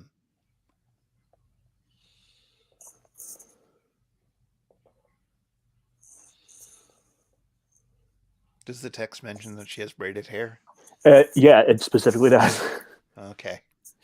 Just to mess with me. I assume you have reference. So far, you Yeah. haven't had to reference anything too gory, huh? This time around, no. Not That's a on any nice watch treat. lists today. For once.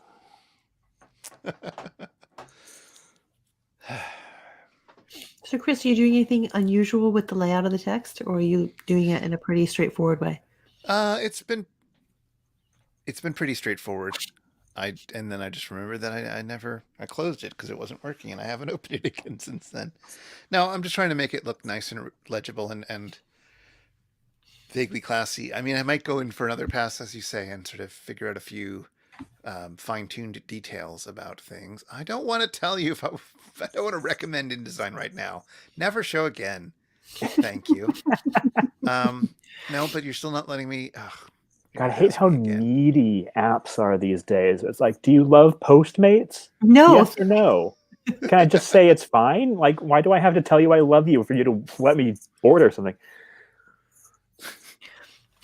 So, are you doing anything interesting with the chapter headings, or Not layout of beginnings and yet. endings? Um, it is super super just sort of standard. Here, let me. Oh, no, And that's how are you handling the consecutive chapters versus book one, book two dilemma? well. I think we all feel like the book one, book two, chapter one, chapter two is hot nonsense. So yeah, so far it's pretty just standard. We haven't done any sort of looming chapter headings or anything. I thought about vaguely more um, interventionist approaches, but I do like a clean page sometimes.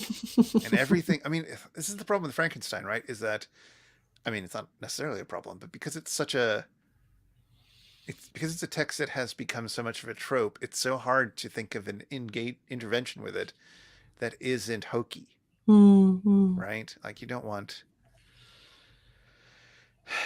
You have to. It feels like you have to.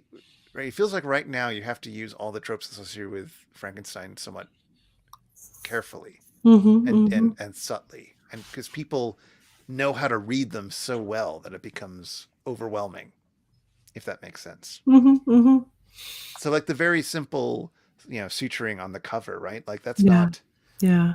that's a fairly subtle way of thinking about the text and having this sort of fleshiness quietly blurbling beneath the letters. Mm-hmm. Mm-hmm. Um, and even the sort of, the drawing Jared did of the unwrapping of the eye, it's quite dramatic, but it's like we're zooming in Mm-hmm. because we Mm-hmm. only Mm-hmm. need to show you just a little bit of what's going on And that's because enough. you can read so much.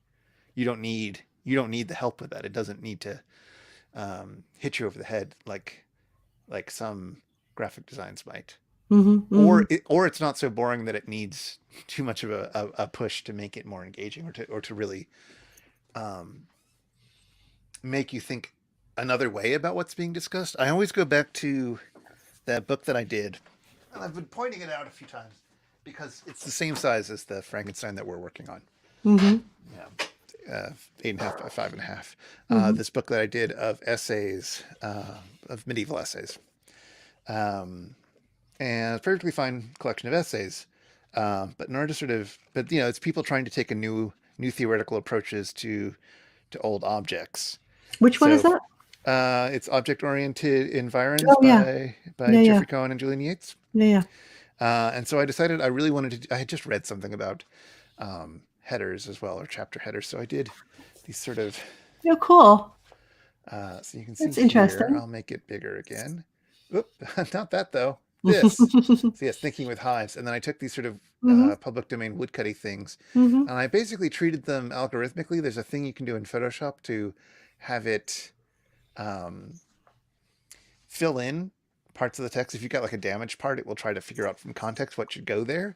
But if Mm-hmm. you do that on a line drawing, it makes these really weird, glitchy illustrations. And the idea of taking these really familiar things and just glitching them out that way. Mm-hmm. That's neat.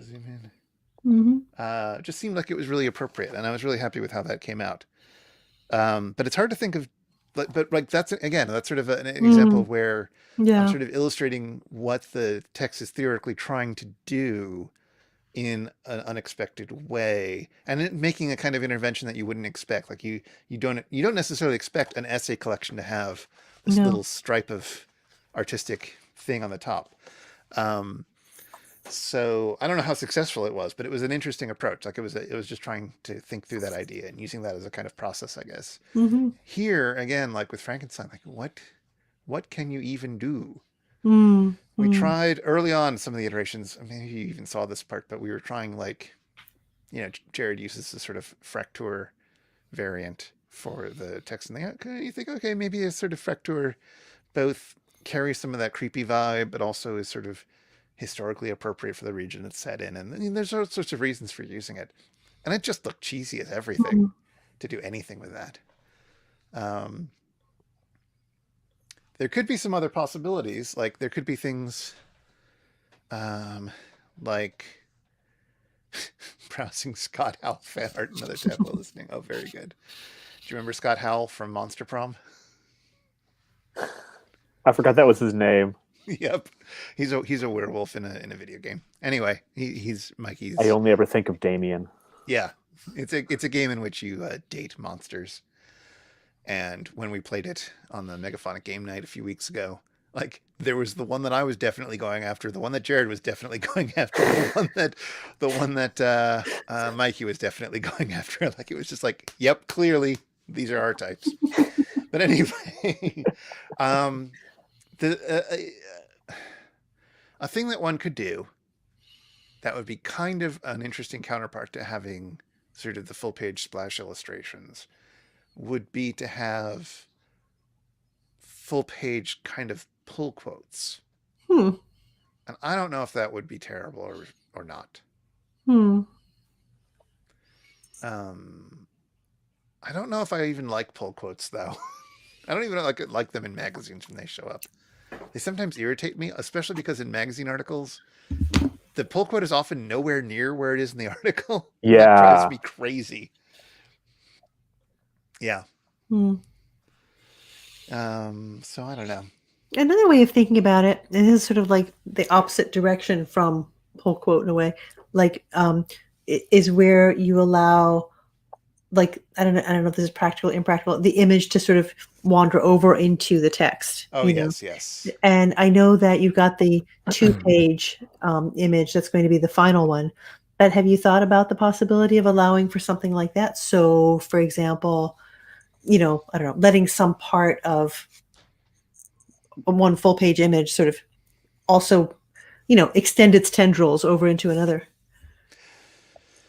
So that's a possibility, although that isn't how we've been thinking about it operating for this text. It is entirely a possibility, especially for, like, it would make sense if that happened for one of the speakers, because we're trying to think of different ways of differentiating between them. Mm-hmm. So that's a possibility. The other thing that I've been thinking about is, the New Yorker. So you know how the New Yorker has a thing that they do where they will have an artist make basically little doodles that are sort of themed doodles that sort of accompany, get inserted in the text, and they aren't necessarily, like, sometimes they're in sort of a kind of rhyming parallel with the text, but they're not trying to illustrate the text. They're just sort of there. And you Accompanying it. sometimes, and you sometimes see this in other types of books as well, where they're, I don't know, rarely, but you might. I'm trying to think of an example of one, but just smaller doodly drawings that sort of appear as setting. Yeah. Anyway, I was thinking about something like that as well. It's just something to make it so that there is more art and it's intertwined in the text more often, but doesn't take as isn't as hard to do. Isn't a trial to make that much. Yeah, and I feel like the beginnings and ends of chapters is a really interesting place to do this. So to return to Alfred Baum, who's fabulous, that's one of the things that happens in some of the Oz books as well. So it's frequently the case that you'll get sometimes full page illustrations, but you also sometimes the chapters will all start with a little bit of an illustration that tells you something about what's happening in the text. But here's an example of one of the sort of just, images that's just sort of there, not to illustrate the text specifically, but just to, to punctuate it almost. There's, in this chapter, we've ended up talking about Polychrome, who's sort of the one of the daughters of the rainbow, and she's hanging around with the Shaggy Man and a bunch of other people. Anyway, and at the end of the chapter, she's one of the last people to speak. And the dragon, who's there with them, says, "It's a wise little girl, this Polychrome. Anyone would know she is a fairy." And so there's this image of Polychrome. Actually, it's just her sort of disembodied head and her hair floating in her little cap. And it's not really illustrating what's happening in the chapter there, especially, but it's just sort of punctuating it. And I remember as a little kid reading this being, oh, that's fascinating, because that picture is doing something different from what all these other pictures are doing. They're actually illustrating the action. Huh. So, yeah. Yeah. Kids' books get to get away with this sort of thing. That may remind me of the Phantom Toll Booth with the fantastic Jules Pfeiffer drawings in it as well, which at some point we'll do this book, I'm sure. It's on the list of the 1,000 or so books that we need to do on our podcast. But like, yeah, no, that kind of thing. Yeah, exactly. Yeah, and I think that is connected to the story at some point. But you remember we did Charlie and the Chocolate Factory? Yeah, Charlie and the Chocolate Factory. There was the same kind of thing happening. Yeah. But that's so neat, right? Because it creates a dialogue between the image and the text that, I mean, in some ways it's juvenile, right? It's a thing that we find in kids' books, but it's also productive in a way that we've kind of, I don't know, given up on. Yeah. Have you,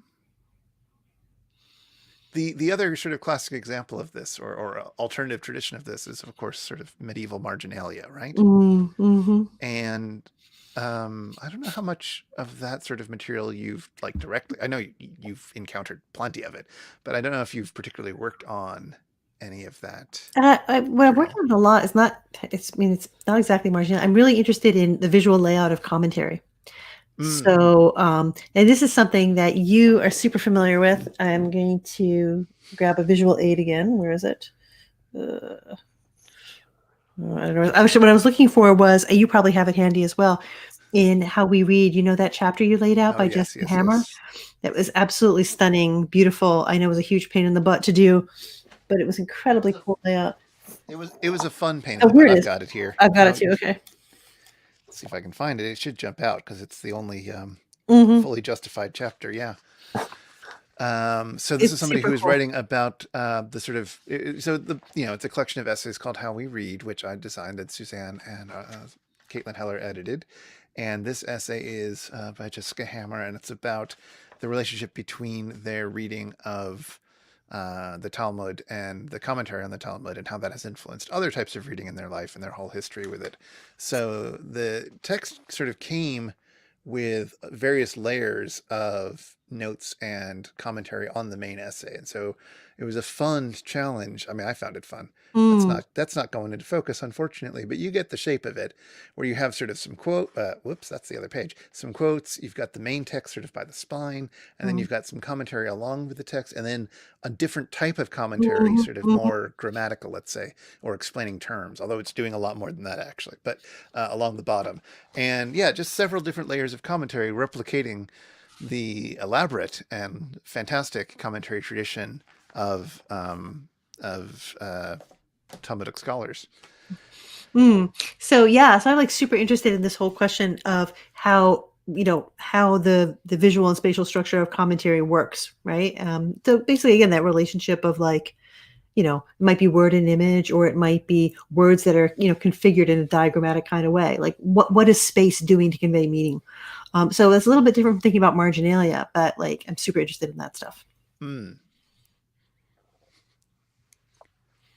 Yeah, I was thinking of marginalia just because sort of famously medieval marginalia is very in like fancy illuminated manuscripts, which are not the common, which is not most of them, of course, but how sort of notoriously they, on the surface, generally don't have anything to do with what's going on in the text. And what their function is. I mean, lots of people have lots of theories about it, let's say, but it's not entirely clear what they're doing there.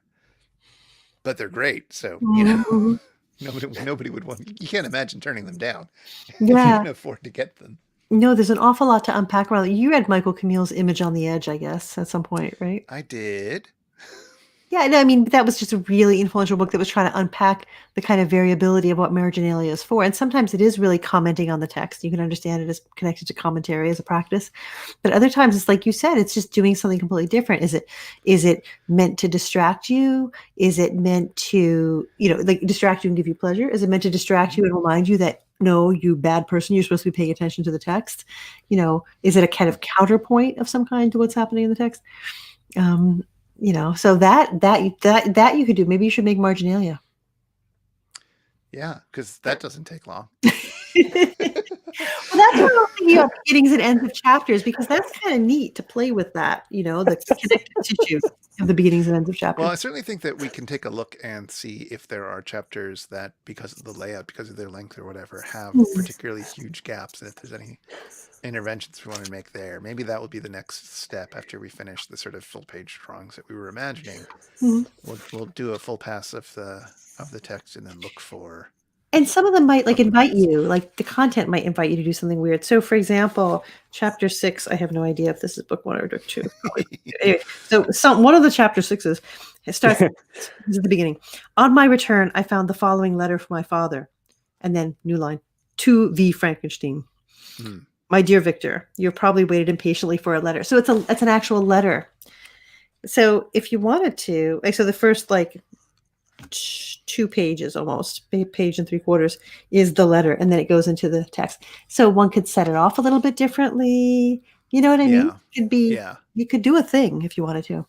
Well, especially because the first several chapters start out with letters. Yeah. Currently I haven't, made any decisions along that, but that is also true. And again, you sort of don't want to make it too hokey, but there are ways of doing it, of making it distinct, sort of visually and typographically distinct. in interesting ways. Mm-hmm. I was working with an author for a book once, and they had this chapter, and it was trying to do something experimental, but I don't remember what it was. But it basically wasn't working.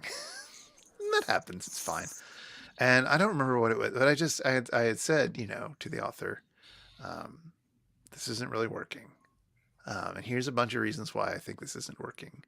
And like, can you, because it was, it was a very experimental analysis of some poetry. And, what is this chapter? Like this chapter you've set up in a very different way. Like, what are your goals with this chapter? What are you trying to do? Maybe there's another way that we can do this. Mm-hmm. And he explained them.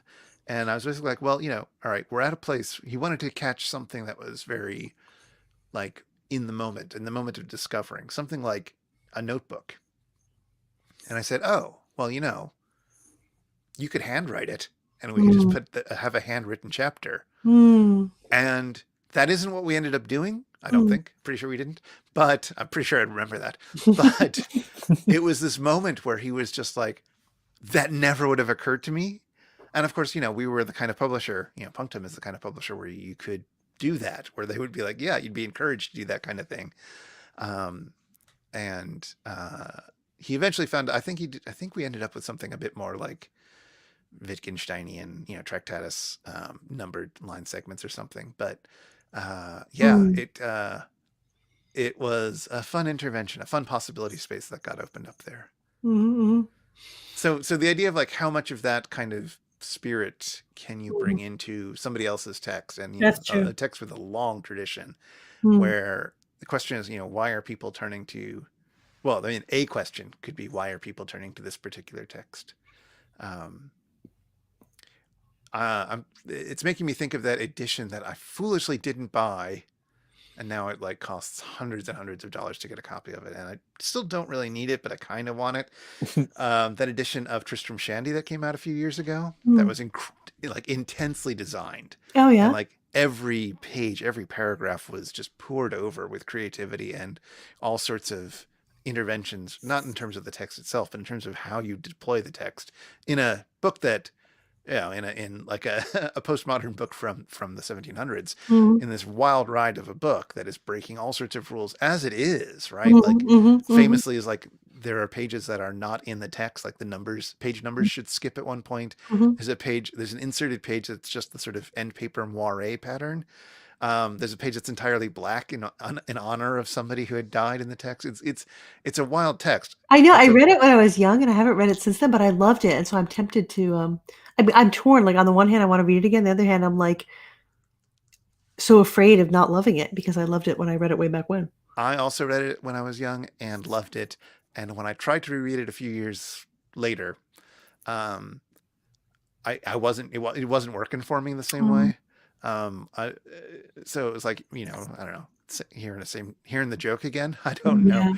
I'd be curious to take a peek at it again, but I don't know if it works. Like, it's interesting to think about how that works that way. I still love it. Like, I still think it's a great book, but whether I need to reread it the way that I would reread most books that I love, I don't know.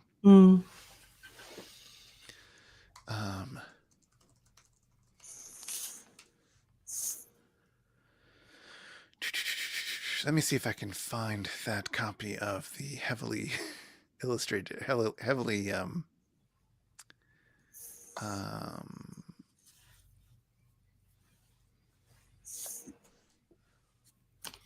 no, that's not it. That's an adaptation.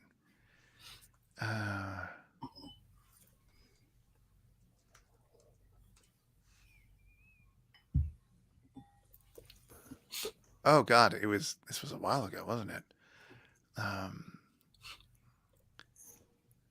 This is longer ago than I thought. Visual Editions put it out. Is the name of the publisher. And oh my God, they've got an overly designed website.